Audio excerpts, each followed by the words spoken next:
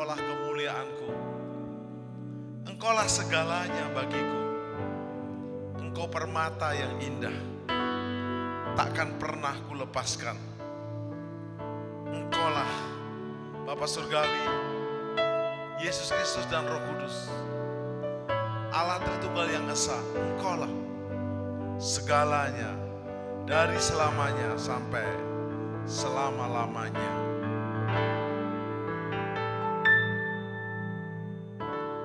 Engkaulah kekuatanku, Engkaulah kemuliaanku, Engkaulah segalanya.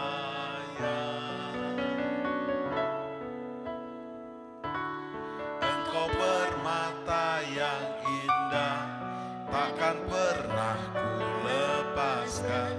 Engkaulah segalanya.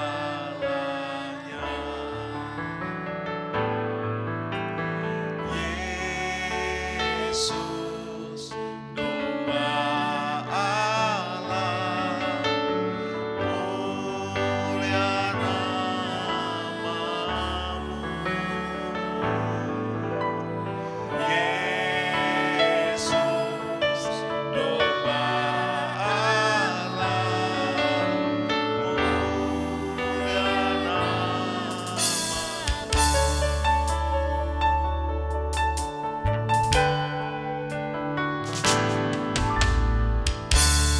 Engkaulah kekuatanku, Engkaulah kemuliaanku, Engkaulah segalanya. Engkau permata yang indah, takkan pernah ku lepaskan. Engkaulah segalanya.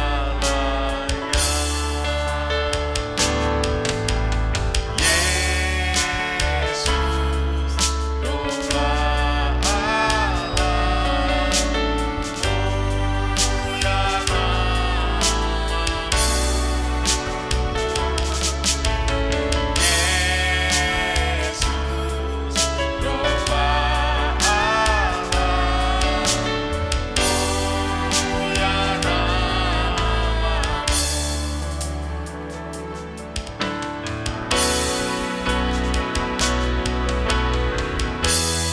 Engkaulah kekuatanku, Engkaulah kemuliaanku, Engkaulah segalanya. Engkau permata yang indah, takkan pernah ku lepaskan. Engkaulah segalanya.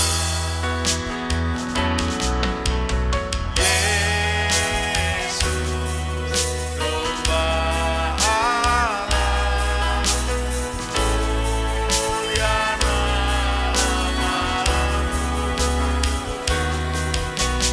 Yesus, domba Allah, mulia namamu.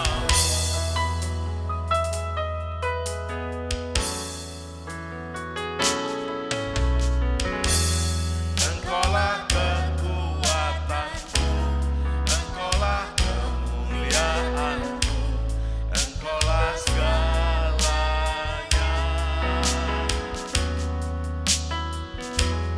Engkau permata yang indah, takkan pernah ku lepaskan.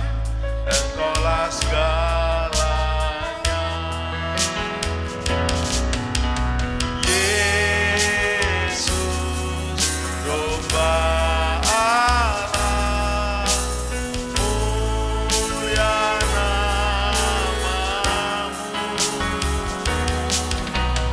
Yesus, domba Allah,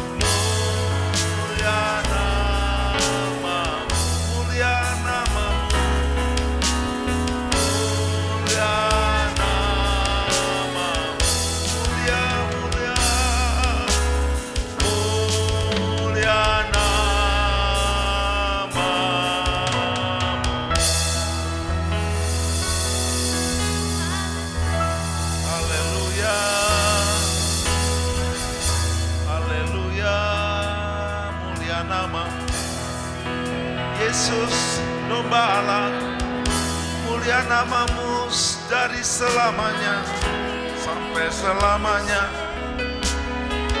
Mulia namamu, mulia namamu, mulia namamu, Bapa Yesus, Bapa Surgawi, Yesus Kristus, Roh Kudus, Allah Tritunggal yang Esa, mulia namamu.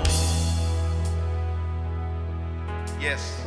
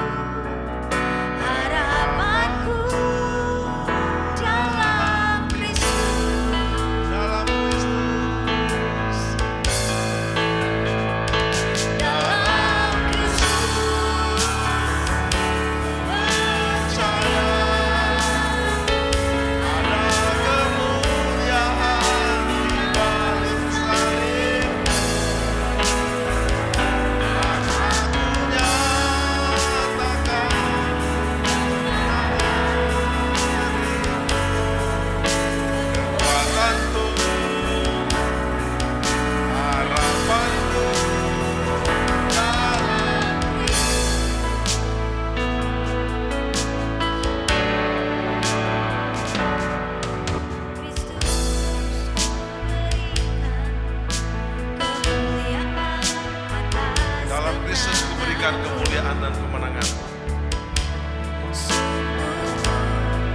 Sungguh ku terpesona akan kekuatan dan kuasa-Mu.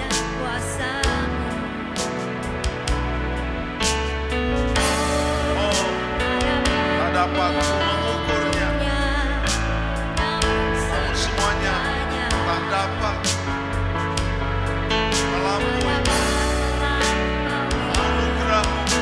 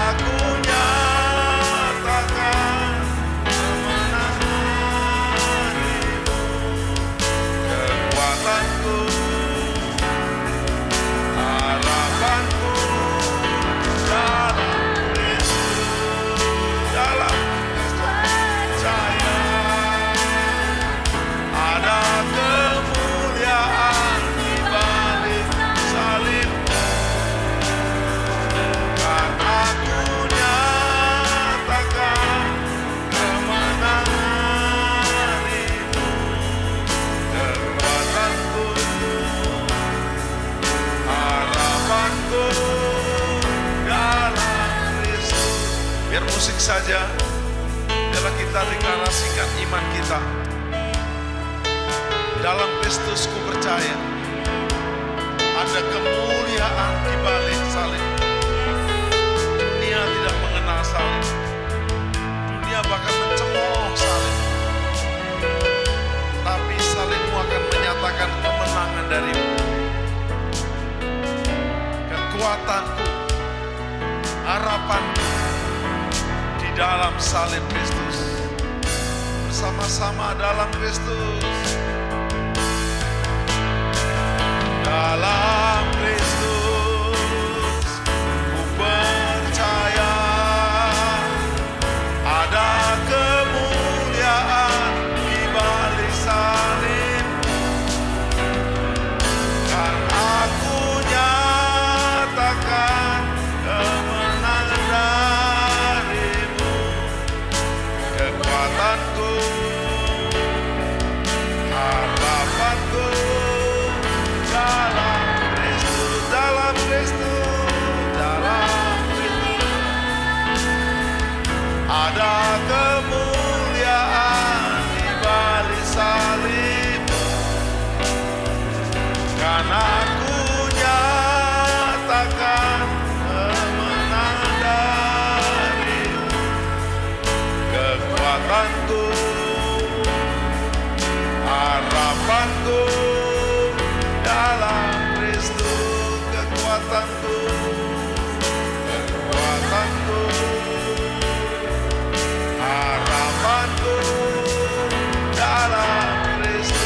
Kekuatanku, kekuatanku, harapanku dalam Kristus. Haleluya. Tepuk tangan bersama-sama. Haleluya. Yes.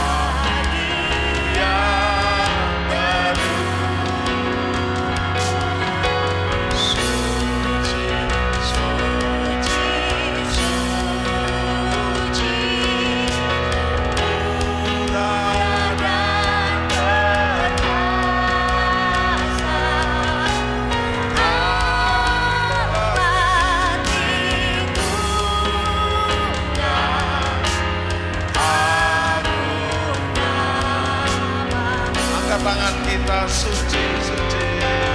Suci, suci, suci.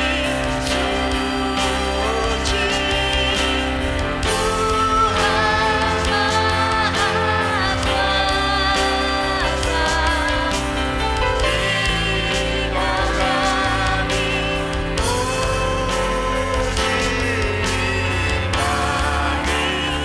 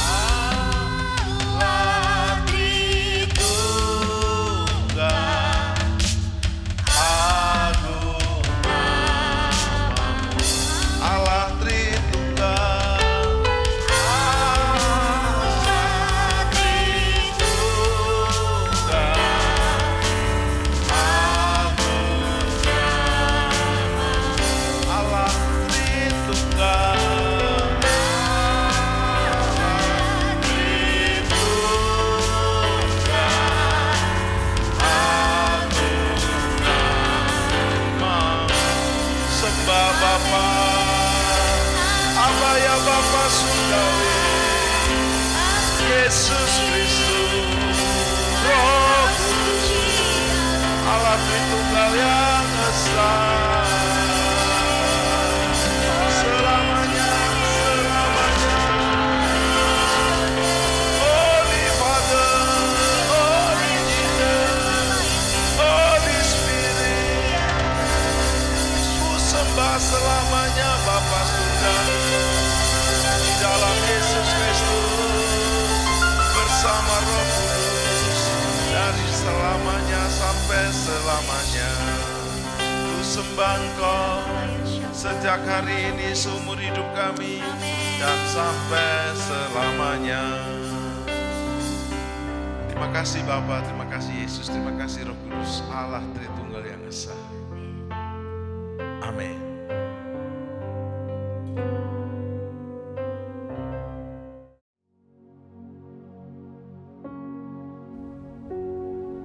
Salam penyembahan. Sobat penyembah, kita berjumpa lagi dalam program Worship at Home, menyembah dari rumah. Kita sudah memuji-muji Tuhan, menyembah dan memuliakan Tuhan dari rumah kita masing-masing. Sekarang kita saatnya untuk belajar bersama seputar layangan putus dalam arti kehidupan sehari-hari kita. Karena itu gambaran dari hidup kita manusia normal. Dan telah hadir hambanya, pakar seputar pernikahan dan anti perselingkuhan, pakar layangan putus. Pakar layangan putus dalam tanda petik ya. Iya. Akan kita bahas temanya layangan terlanjur putus. Waktu layangan terlanjur putus, ada beberapa pilihan. Dikejar, beli layangan baru, ya, atau membuat layangan baru, atau masuk atau ide lain. Nah, menurut kitab suci bagaimana? Atau mungkin saya cerita soal layangan dulu ya. Enggak, lebih baik cerita soal gambar ini dulu. Bagus. Ini pemirsa lukisan saya, ya nggak percaya kan? Banyak orang nggak percaya saya bisa ngelukis. Ya, Raja Wali itu binatang yang setia. Dia hidup seperti burung dara, berpasang-pasangan. Jadi kalau pasangannya sakit, diajak berjemur di matahari sampai bulu-bulunya sembuh. Lalu Mazmur Daud kan berkata bahwa masa orang yang menanti-nantikan Tuhan akan diperbarui sehingga masa mudamu menjadi baru seperti Raja Wali. Jadi kalau pasangannya sakit, dia nggak kawin lagi. Dia tungguin sampai sembuh. Itu kenapa saya ngelukis Raja Wali ini. Nah, bicara layangan. Bentar, jadi kalau layangannya putus, dia tidak akan izinkan putus. Dia kalau bila di pasangan, Raja Wali tidak mengenal poligami, tidak mengenal selingkuh, ya, tidak mengenal cerai. Sampai maut memisahkan. Waduh, rohani banget. Saya nggak tahu kebaktian di mana dia. Mas Jarod melukis ini berapa hari? 1 minggu selesai, ya 7 hari lah kira-kira. Wow, kayak nyata banget begitu. Iya. Ini gambarnya lagi ngapain dia? Sebenarnya Ayub kan berkata, atas perintahmu kah Raja Wali terbang memumbung dan bersarang di tempat yang tinggi. Dari sana matanya mengamat-amati. Kan matanya lagi ngeliat ke bawah, dia ini di sarang tebing batu gitu kan, sampai awannya aja di bawahnya dia. Gitu. Jadi bersarang di tempat yang tinggi. Jadi penggambarannya ya Ayub itu seperti ini gitu. Yang pasti ular nggak ada, binatang lain nggak ada ya. Tempatnya aman. Ya. Kembali ke terlanjur layangan putus. Bukan. Layangan terlanjur putus. Jadi terlanjur selingkuh, terlanjur cerai, terlanjur berantem, terlanjur cekcok, dan udah terlanjur hancur. Masihkah ada harapan? Ya, mungkin saya cerita kehidupan layang-layang dulu ya, sebagai gambaran kehidupan dunia ini. Iya. Nah, saya ingat waktu kecil dulu saya suka main layang-layang tapi nggak punya layang-layang. Kasihan. Yang punya layang-layang kan kaya gitu kan. Yang punya duit main layang-layang. Nah, kan saya orang miskin, sukanya nonton. Nonton layangan, paling seneng kalau lihat yang putus. Milik publik, voucher. Oh, begitu layangan putus kan punya publik ya kan. Kita kejar rame-rame, siapa yang dapetin itu yang dia dapat itu, yang punya nggak boleh marah. Sebelum putus nggak boleh Oh, diambil. nggak bisa dong, kita nonton main layang-layang ya. Lalu kita deketi orang main, ambil itu, wah digebukin kita. Tapi kalau sudah putus boleh. Nah itu sebagai ilustrasi kehidupan dunia, di mana pernikahan seperti orang bermain layang-layang, baik itu dalam arti pasangannya dimainkan buat mainan, atau gitu ya, hubungan pernikahannya itu rentan banget, cuma kayak benang yang gampang putus. Dan ketika putus, wih, yang seneng banyak. Mungkin si mantan yang menunggu dia putus. Atau orang yang selama ini melihat dia sebagai korban. Ya, aduh istri cantik, baik hati gitu. Kok diputus sih gitu? Wah, yang ngantri banyak nih si janda ini gitu. Atau si dudanya juga. Jangan mungkin yang mantri juga banyak. Sepertinya di kisah ini ada ya. Karena ya namanya tadi penonton itu ngelihat senengnya itu kalau putus. Si penonton. Tapi Bahkan ada yang ngomporin segera putus saja. iya, jangan mendoakan juga mungkin ada.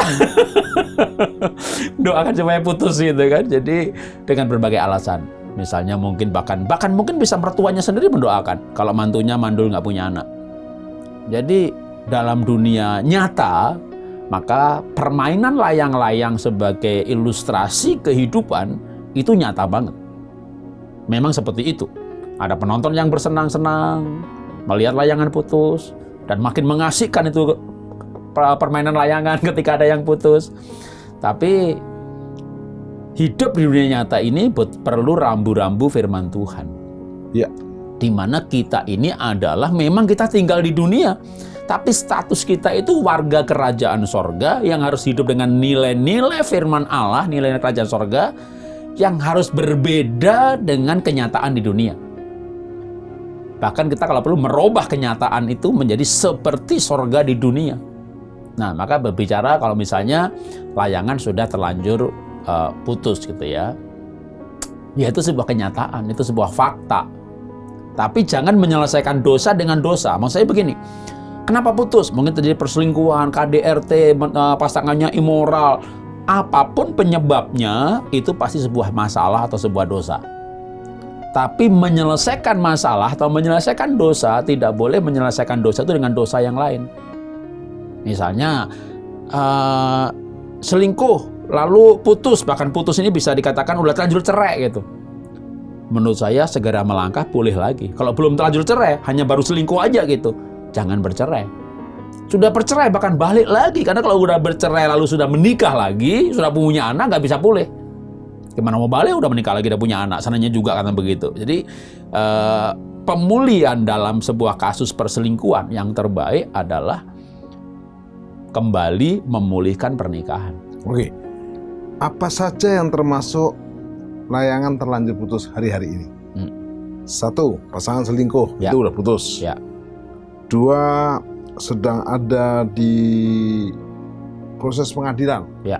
Salah satu mengajukan Gugat cerai. gugat cerai. Ini layangan terlanjur putus. Ya. Yang ketiga adalah baik suami atau istri itu sudah hilang cintanya, Nggak ada cinta. habis. Terus yang keempat adalah merasa pasangan itu bukan lagi pasangan, tapi partner berantem, Sparring partner, sparring partner. musuh dalam selimut. Nah, untuk 4 hal ini kan memang nyata. Ya. Jadi kalau digali ke alam semesta raya ini banyak sekali. Dan akan muncul nanti sinetron-sinetron, film-film berikutnya, dari mulai dengan layangan putus, terus Layangan baru. layangan baru, atau bisa jadi juga kereta api masuk jurang atau tenggelam, banyaklah hal. Nah sekarang menurut Mas Jarod, layangan yang terlanjur putus ini Ya. bisa nggak dipulihkan dan diperbarui? Selalu ada harapan dalam setiap masalah. Menurut saya selama kita tuh masih hidup. Kalau sudah mati selesai. Ya, tapi selama masih hidup, ya kita percaya ada Tuhan, percaya mujizat masih ada. Bahkan kalau lumpuh berjalan, buta melihat, itu menurut saya lebih susah. Artinya mujizat hal seperti itu. Tapi masalah pernikahan itu kan masalah komunikasi, masalah relasi yang mestinya lebih bisa dibetulkan daripada kaki yang misalnya nggak panjang, jadi sama begitu. Itu kan ya lebih mustahil gitu kan. Itu pun kadang masih terjadi kan gitu ya. Mujizat masih ada hal-hal seperti itu. Nah, ketika kita mulai satu misalnya terlanjur selingkuh. Selingkuh adalah dosa, maka dosa itu diselesaikan dan pernikahan dipulihkan. Karena pernikahan adalah komitmen, tapi pernikahan juga relasi. Relasi rusak karena ada pengkhianatan, hati yang terluka. Ya kita harus dewasa untuk berani mengambil keputusan untuk tidak, dalam arti memang tidak mudah, tapi berhenti mengasihani diri sendiri, berhenti merasa menjadi korban. Oke, kesalahan dievaluasi, lalu diperbaiki, komitmen ulang. Mengampuni hal yang tidak mudah. Untuk itulah kita harus merasakan pengampunan Tuhan, baru kita bisa mengampuni pasangan. Tapi tetap pemulihan adalah bisa. Oke, saya sebagai istri mau mengampuni dia, tapi dia tidak mau meninggalkan selingkuhannya. Dia bilang begini, Mas Rod, aku tetap cinta kamu sebagai istriku dan tidak akan aku ceraikan. Tapi aku juga bisa membohongi cintaku kepada selingkuhanku. Kurang ajar enggak? Izinkan aku mencintai dia. Ya, bagaimanapun juga ya, emang begini tadi saya bilang bahwa layangan ini seperti kehidupan di dunia. Tapi kita harus sadar bahwa kita adalah orang-orang kerajaan surga yang tinggal di dunia. Sekalipun dunia memaklumi, tapi kalau Alkitab berkata itu dosa, maka adalah dosa. Maka kita harus tegas juga terhadap perasaan kita yang dimainkan oleh dosa. Bahwa kita kasihan sama selingkuhan, kita harus jaga hatinya dia. Saya nggak bisa membohongi bahwa aku cinta dia. Itu bukan cinta, itu dosa. Maka harus bunuh yang namanya perasaan. Hidup dengan kebenaran. Kebenaran harus mengalahkan perasaan. Jadi kalau kita misalnya gini, saya nggak bisa bohong bahwa aku tuh cinta dia. Itu bukan cinta, dosa. Itu dosa. Kalau kamu misalnya gara-gara itu gara-gara cinta yang seperti itu Anda masuk neraka, dalam kekekalan di neraka masih berkata itu cinta, tentu tidak lagi. Jadi kita perlu, makanya gini, engkau akan tahu kebenaran dan kebenaran itu akan memerdekakan kamu. Dan kebenaran itu hanya firman Tuhan, bukan hak asasi, walaupun hak asasi itu benar, gitu ya. Bukan perasaan, walaupun perasaan itu realistis, nyata. Tapi perasaan tidak memerdekakan. Yang bisa memerdekakan dari perselingkuhan ya kebenaran. Dan kebenaran nggak ada lain adalah firman Tuhan. Tuhan Yesuslah kebenaran, akulah kebenaran. Maka jalan pemulihan dari yang terlanjur menurut saya nomor satu tuh langkahnya adalah pertobatan. Di mana pertobatan tentu harus dua-duanya. Yang satu mungkin sebagai korban, pasanganku yang selingkuh, tetap bertobat juga. Mungkin kurang perhatian, mungkin tidak baik, mungkin dominan, mungkin curiga, mungkin cemburuan, atau ada segala kemungkinan yang lain. Yang satu ya bertobat, karena pemulihan itu hanya terjadi lewat pertobatan kan. Bahwa ini dosa, saya udah salah gitu. Nah nanti baru kita bisa masuk yang namanya serusak-rusaknya hubungan, itu pasti bisa dipulihkan. Tapi Mas Jarod, ini sudah terlanjur hamil, terlanjur punya anak. Kan aku melukai sama selingkuhanku. Terlanjurnya banyak banget itu. Sorry, ini mewakili teman-teman yang lain. Tetap aja, terlanjur apa? Tetap itu dosa. Selingkuhnya terlanjur hamil. Jangan menyelesaikan masalah dengan masalah lain. Jangan menyelesaikan dosa dengan dosa lain. Misalnya, udah hamil, gugurkan. Jangan, itu dosa juga. Itu membunuh. Atau dinikahi juga dosa. Makanya, yang paling benar adalah tetap biarkan dia hamil sampai melahirkan, anaknya diambil karena nggak ada mantan anak, dipelihara, tetap selingkuhannya diputus karena itu dosa. Nah ini emang butuh keputusan ya namanya. Ini sebuah masalah. Kalau nggak diputuskan ikut angin. Oke, kembali ke layangan gitu. Kenapa layangan putus itu kan ikut angin? Anginnya kencang banget nih gitu kan. Ya salah anginnya gitu. Yang betul ikut firman ya. Iya, karena kalau misalnya kita bicara layangan, ini dunia ilustrasi lagi itu layangan. Kenapa layangan putus? Salah siapa? Yang main layangannya, talinya atau anginnya? Ya kita bisa bilang aja anginnya kencang. Anginnya kencang kalau talinya kuat, nggak akan putus. Nah, kalau layangan itu... Jadi biar selingkuhannya kenceng, goda, tapi kalau ikatan cinta... Nah, apa betul benangnya pernikahan kalau nggak cinta? Wow. Cinta itu yang paling kuat. Misalnya komitmen gitu, ya komitmen tapi bosen. Kan cinta nggak ada bosennya sebenarnya kalau cinta. Bosen karena nggak cinta. Orang pacaran juga nggak bosen-bosen. Coba kalau kisah ini sebelum dimuat baca ketemu Mas Jarod ceritanya beda. Nggak jadi sinetronnya. Tapi kita bahas ini supaya itu hanya menjadi satu kisah itu saja di sinetron, dan saudara-saudara para pemirsa dan jemaat tidak menjadi cerita seperti itu. Jangan bikin episode kedua dan ketiga Jangan dan menjadi seterusnya. cerita selanjutnya gitu kan. Jadi kalau misalnya sudah mulai, anginnya kenceng banget nih, saya digodai, pasangan saya digodai. Angin ini kan lingkungannya emang nggak bener. Perkuat talinya. Kalau itu layangan sama yang main layangan itu talinya kuat, anginnya kenceng, ya paling kita turunkan saja kan gitu kan, tapi nggak akan putus.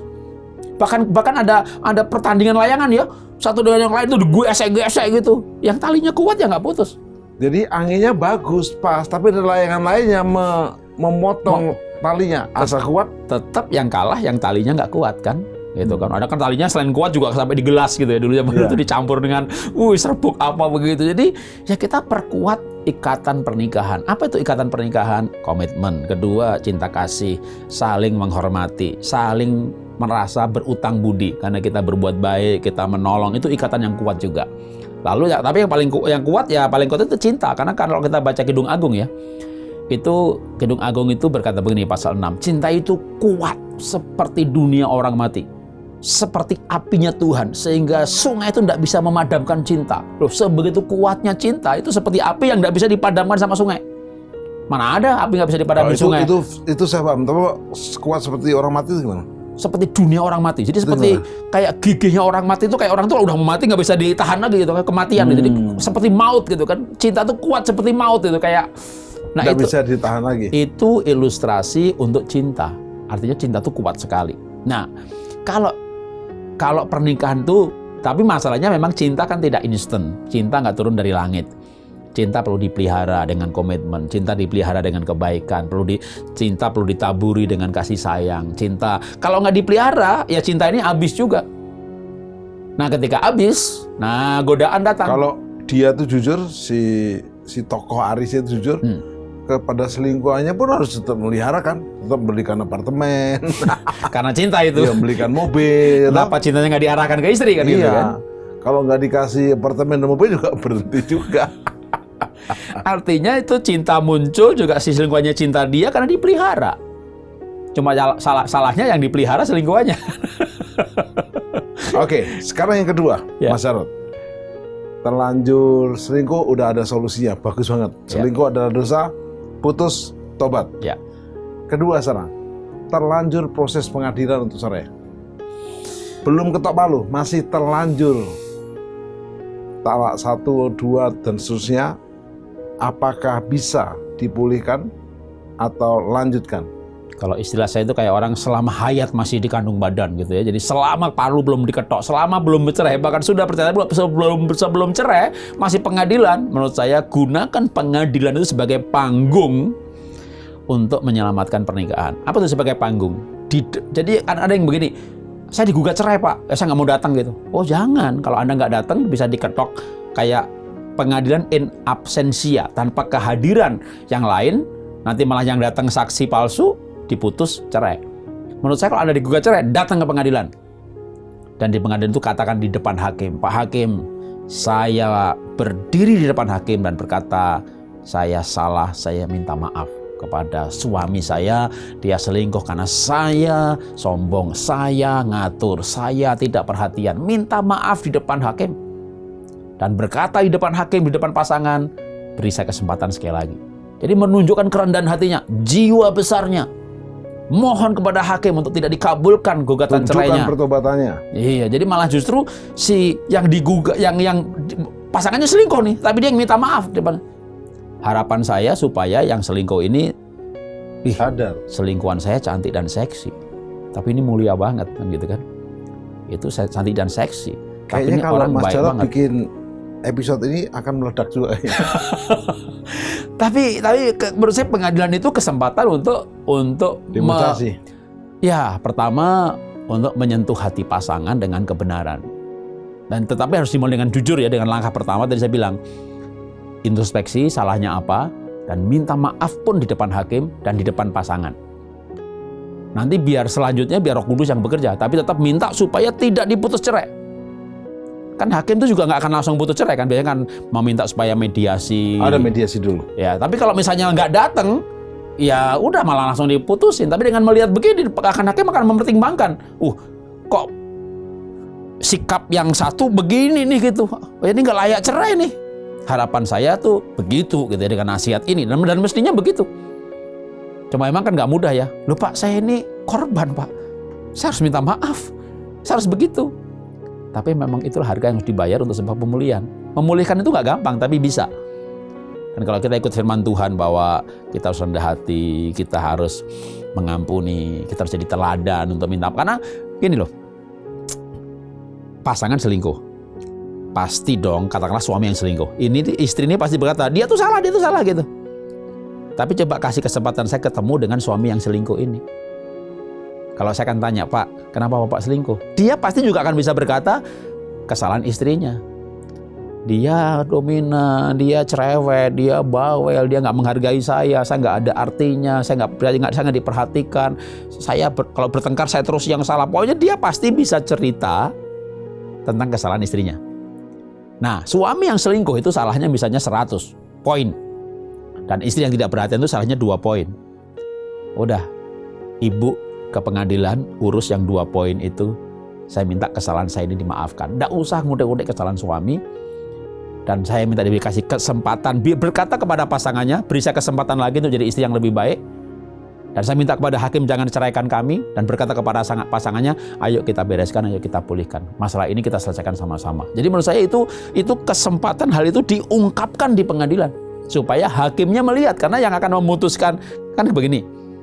Waktu nikah, yang nikahi Pak Pendeta. Waktu cerai, yang nyerain hakim. Tapi itulah hukum, ya kita harus ikuti hukum dong. Lalu gimana supaya nggak diceraikan? Ya datanglah ke pengadilan. Jadi kalau saya itu menyarankan untuk kasus begini, datanglah ke pengadilan. Karena banyak banget yang saya nggak mau ke pengadilan, saya nggak percaya sama dunia ini, saya hanya percaya sama Tuhan, saya mau doa sama Tuhan. Anda sudah berurusan dengan pengadilan, Anda harus datang ke pengadilan. Supaya pengadilan melihat pelajaran dan prinsip nilai-nilai yang kita anut dan juga harapan kita, dan saya berdoa supaya hakim memutuskan permohonan cerai ditolak.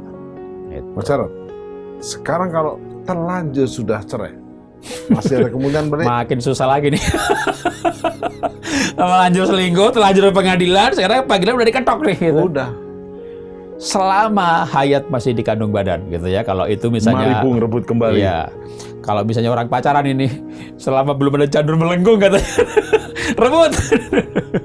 Nah, kalau udah terlanjur bercerai selama mereka belum menikah lagi. Karena kalau pasangannya setelah bercerai itu sudah menikah lagi, lebih repot. Untuk pulih ini kan urusannya banyak. Jadi selama pasangan belum menikah lagi, masih ada harapan, walaupun harapannya jauh lebih kecil ya, untuk minta kembali. Oh sudah cerai, cerainya aja susah, urusannya susah, masa mau nikah lagi gitu. Tapi ada beberapa orang yang berhasil untuk kembali menikah dengan mantan pasangannya. Saya pernah robek surat cerai Mas Jarod. Karena orang itu minta dinikahkan lagi. Itu tapi seumur hidup baru sekali. Iya, jadi kalau sudah terlanjur bercerai, tetap alternatif terbaik satu bisa pulih lagi. Alternatif yang kedua, celibat dalam damai. Karena firman Tuhan berkata, kalau kamu bercerai, karena memang ada kasus yang dimungkinkan untuk perceraian, khususnya kalau di Alkitab itu karena diceraikan karena faktor keyakinan. Jadi orang Yahudi itu menjadi Yahudi kalau agamanya Yahudi. Dan pada zaman Alkitab ditulis, Kristen itu sesat. Jadi mereka membunuh orang Kristen bukan karena jahat, orang Yahudi nggak jahat. Tapi mereka pegang dogmanya kan, bahwa yang namanya bidat, sesat, bunuh. Nah Kristen kan dianggap bidat. Istrinya jadi Kristen, ya dibunuh atau dicerain. Nah dalam hal kasus seperti itu ketika diceraikan, maka Paulus berkata, dia tetap harus hidup damai dengan suaminya. Loh saya mau dibunuh kok damai? Dalam arti kita nggak ada dendam, nggak ada kecewa, nggak ada kepahitan. Dan tetap sendiri sampai mati. Dalam arti kalau misalnya udah terlanjur bercerai, alternatif terbaik adalah selibat, tidak menikah seumur hidup, dan tidak kecewa, tidak kepahitan dengan si mantan. Ini juga termasuk untuk diri sendiri dan untuk anak ya. Misalnya udah diceraiin nih gitu, lalu anak nanya kenapa papa pergi gitu. Ya papa mencari kehidupan yang lebih baik. Kalau anaknya udah besar, kita kasih tahu bahwa papamu berbuat kesalahan dan juga karena kesalahannya mama, Tapi kamu tidak boleh seperti itu, doakan papa supaya papa kembali kepada Tuhan. Jadi tetap sebagai orang yang diceraikan, cerai adalah sebuah keputusan yang diputuskan pengadilan, tapi menjalani kehidupan selanjutnya tidak boleh ada kecewa, kepahitan, benci kepada si mantan. Itu baik untuk diri sendiri ataupun juga untuk anak ya. Supaya anak, misalnya anaknya perempuan gitu, nggak benci kepada laki-laki lalu generalisasi bahwa semua laki-laki gombal lalu dia nggak akan menikah. Atau dia menikah tapi nggak mau sama laki-laki, padahal anaknya perempuan, kan repot. Jadi sikap yang baik menjalani kehidupan setelah pernikahan adalah menjalani kehidupan bersama dengan Tuhan dan menjalani hidup tanpa kecewa, kepahitan, menjadikan semua pengalaman masa lalu sebagai sebuah file hidup saja untuk hidup selanjutnya lebih baik. Gitu. Jadi kalau kira-kira mereka selibat tidak kuat, ya janganlah cerai. Jangan cerai, betul. Daripada nanti kau selibat seumur hidup, berat lagi kan? Ya. Yes. Ketiga, terlanjur layangan, terlanjur putus, tetap suami istri. Cuma putus cintanya. Masih serumah. Jadi nggak putus hukum.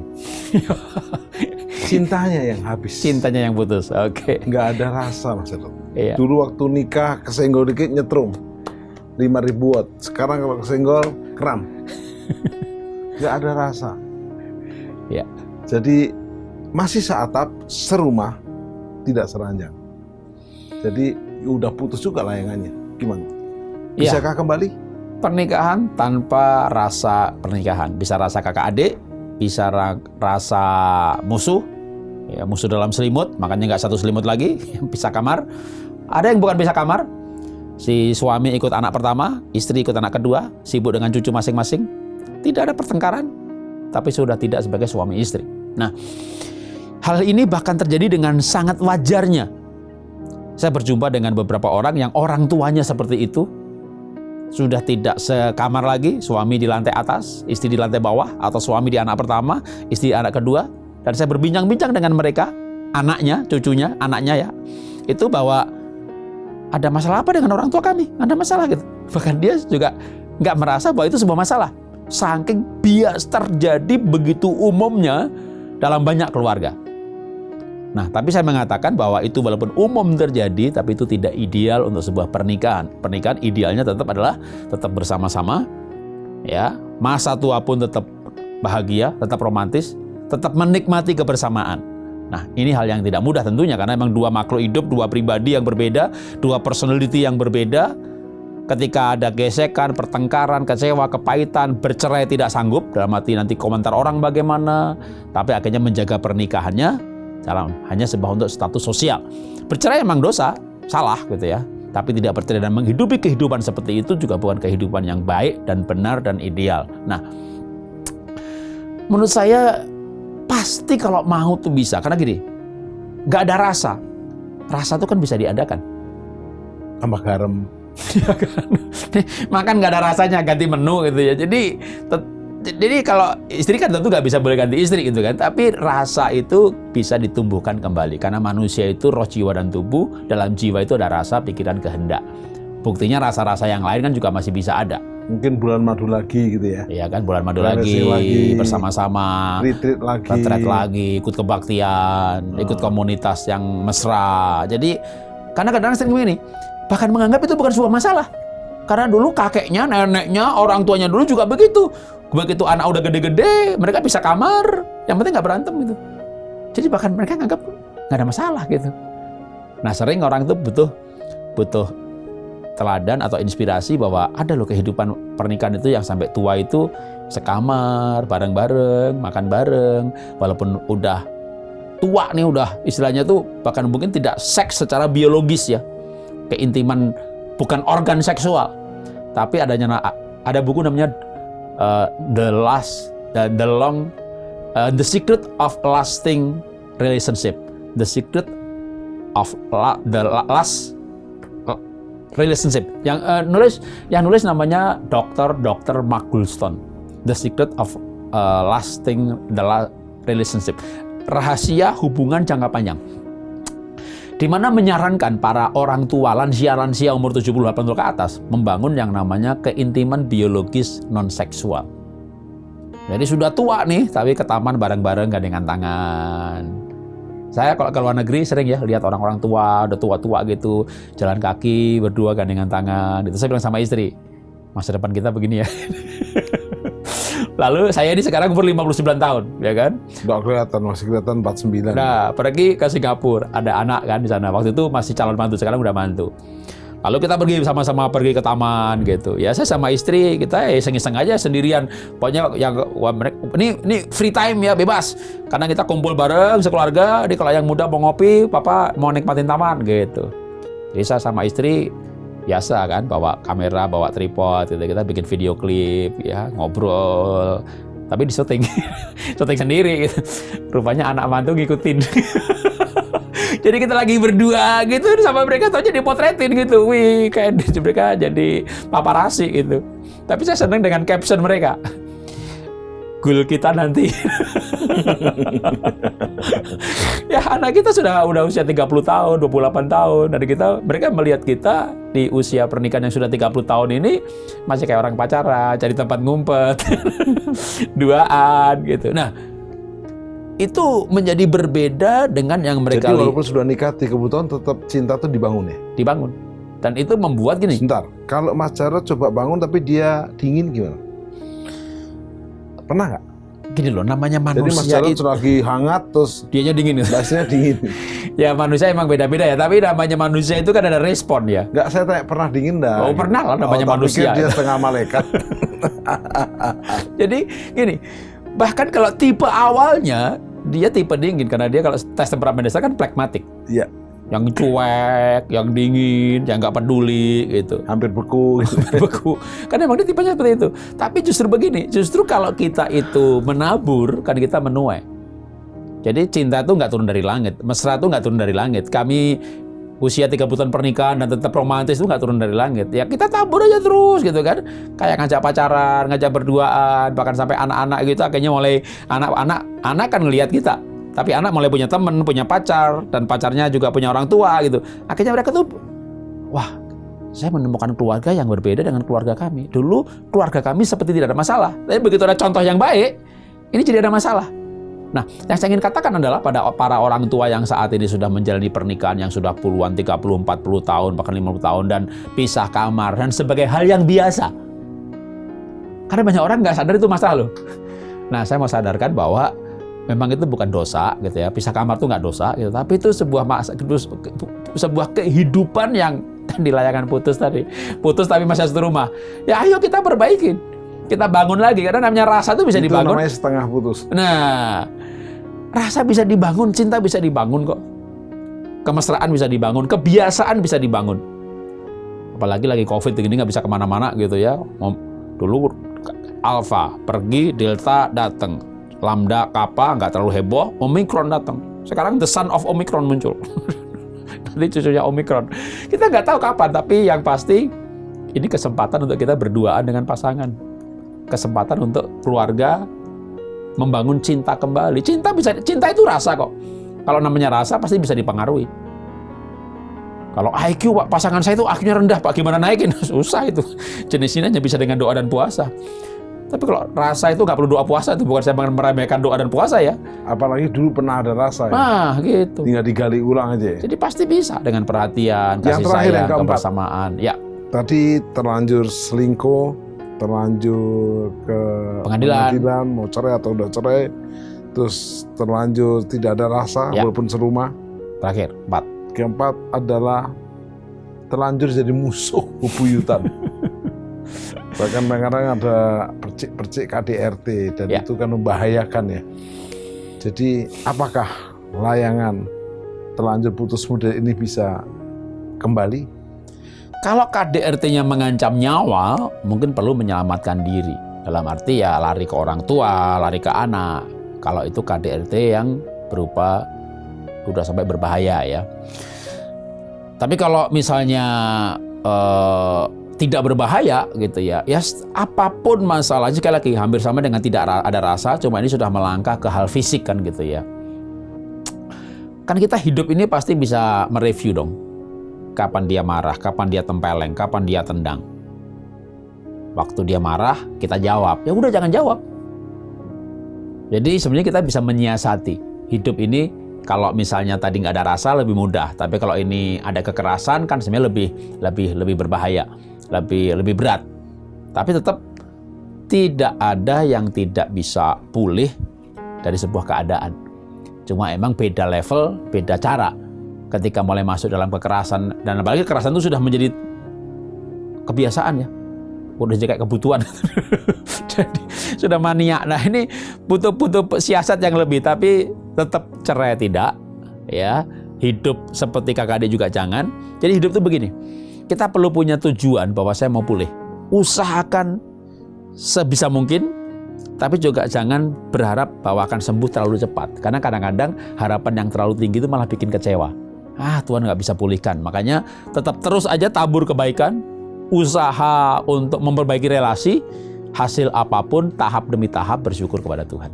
Ada yang tidak KDRT tapi ucapannya yang Melukai. Ada satu istri berkata, Pak Pendeta, saya dibilang goblok nggak apa-apa, dibilang terbelakang nggak apa, tapi dia bilang nggak punya otak saya. Gimana Pak Pendeta? Iya, banyak laki-laki berkata begitu. Kenapa? Karena emang wanita itu kan punya otak bagian kanan kuat sekali. Otak bagian kanan itu, atau mungkin juga otak kecil ya, wanita itu kuat sekali. Otak kecil itu keseimbangan, keterampilan, maka bisa sambil masak, sambil terima telepon, kakinya masuk sendal. Jadi wanita itu multitasking. Perasaannya kuat sekali. Dia tahu bahwa anaknya sakit, padahal anaknya kuliah di luar kota. Perasaannya kuat. Tapi memang banyak wanita itu otak bagian kirinya gitu ya, logikanya itu nggak jalan. Nah itu yang sering laki-laki bilang istrinya tuh nggak punya otak. Padahal punya, tapi logikanya pelan. Nah sama juga laki-laki nggak punya perasaan. Itu perasaan itu bukan di sini ya. Perasaan itu di otak juga, otak kanan atau otak kecil atau sistem limbik. Karena otak itu ada otak reptilian waktu janin, lalu muncul otak kecil atau sistem limbik dulu, atau otak kecil pada otak besar. Nah laki-laki yang kuat itu otak besarnya atau neokortek bagian kiri, yang logikanya kuat. Nah, laki-laki orang berpikir bahwa otak itu logika gitu. Jadi kalau ibu dikatain kamu tuh nggak punya otak gitu, nggak usah marah gitu. Kenapa? Cuma otak bagian kiri aja. Kata pendetanya, kalau kamu punya otak, kamu nggak nikah sama dia. Mas Herod, closing 1 menit. Ya. Bagaimana yang udah layangan terlanjur putus bisa kembali dalam waktu 1 menit? Ya,